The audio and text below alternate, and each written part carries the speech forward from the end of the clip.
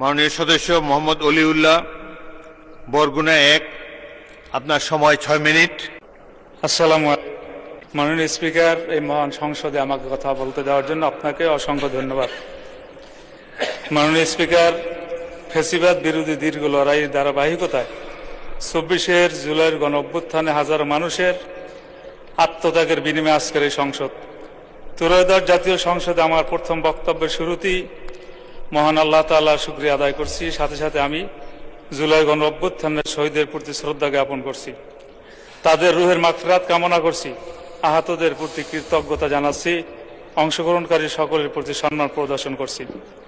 মাননীয় স্পিকার, ত্রয়োদশ জাতীয় সংসদে আমার বক্তব্যের শুরুতেই আমি আমার নির্বাচনী এলাকা বরগুনা 1, বরগুনা সদর, আমতলী এবং তালতলী এর সকল জনগণের প্রতি আমার শ্রদ্ধা ও কৃতজ্ঞতা।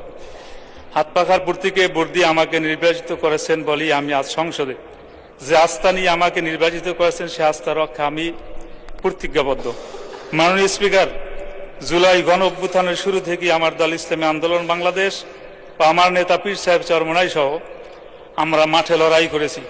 নানা কারণে অনেকেই যখন দলীয় ব্যানারে এই অভ্যুত্থানের সাথে সম্পৃক্ততা ঘোষণা দ্বিধান্বিত ছিল, তখন আবু সাঈদের শাহাদতের পরে আমার নেতা পীর সাহেব চরমনাই হত্যাকারীদের প্রতি রাজপথে গর্জে উঠেছিলেন, ওই নরপিচাস আমার সন্তানের বুকে গুলি করলি কেন? 4 আগস্ট থমথমে পরিবেশের মধ্যে জীবনের ঝুঁকি নিয়ে মুফতি সৈয়দ মোহাম্মদ ফয়জুল করিম সাহেবের চেয়ারম্যানের নেতৃত্বে আমরা রাজপথে ছিলাম এবং শাহবাগে অবস্থান করেছিলাম। মাননীয় স্পিকার, ব্রিটিশ বিরোধী সংগ্রাম থেকে শুরু করে 52 ভাষা আন্দোলন এবং আমাদের মহান স্বাধীনতা সংগ্রামের সকল শহীদ অংশগ্রহণকারীদের প্রতি আমার দলের পক্ষ থেকে শ্রদ্ধা ও সম্মান জানাচ্ছি।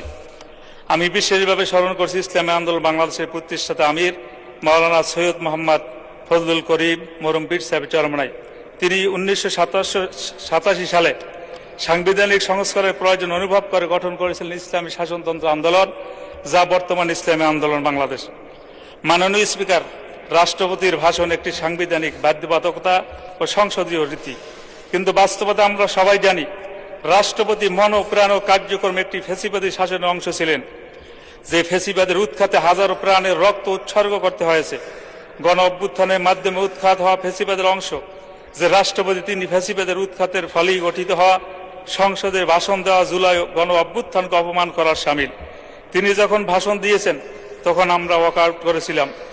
আজকে রাষ্ট্রপতির ভাষণের উপর আলোচনার শুরুতে আমি সংসদে তার ভাষণ দেওয়ার বিষয়ে প্রতিবাদ জানাচ্ছি। মাননীয় স্পিকার, রাষ্ট্রপতির ভাষণ সরকারি দলের স্থিতি ও তাদের অতীত সাফল্যের বর্ণনা, আগামীর প্রতিশ্রুতি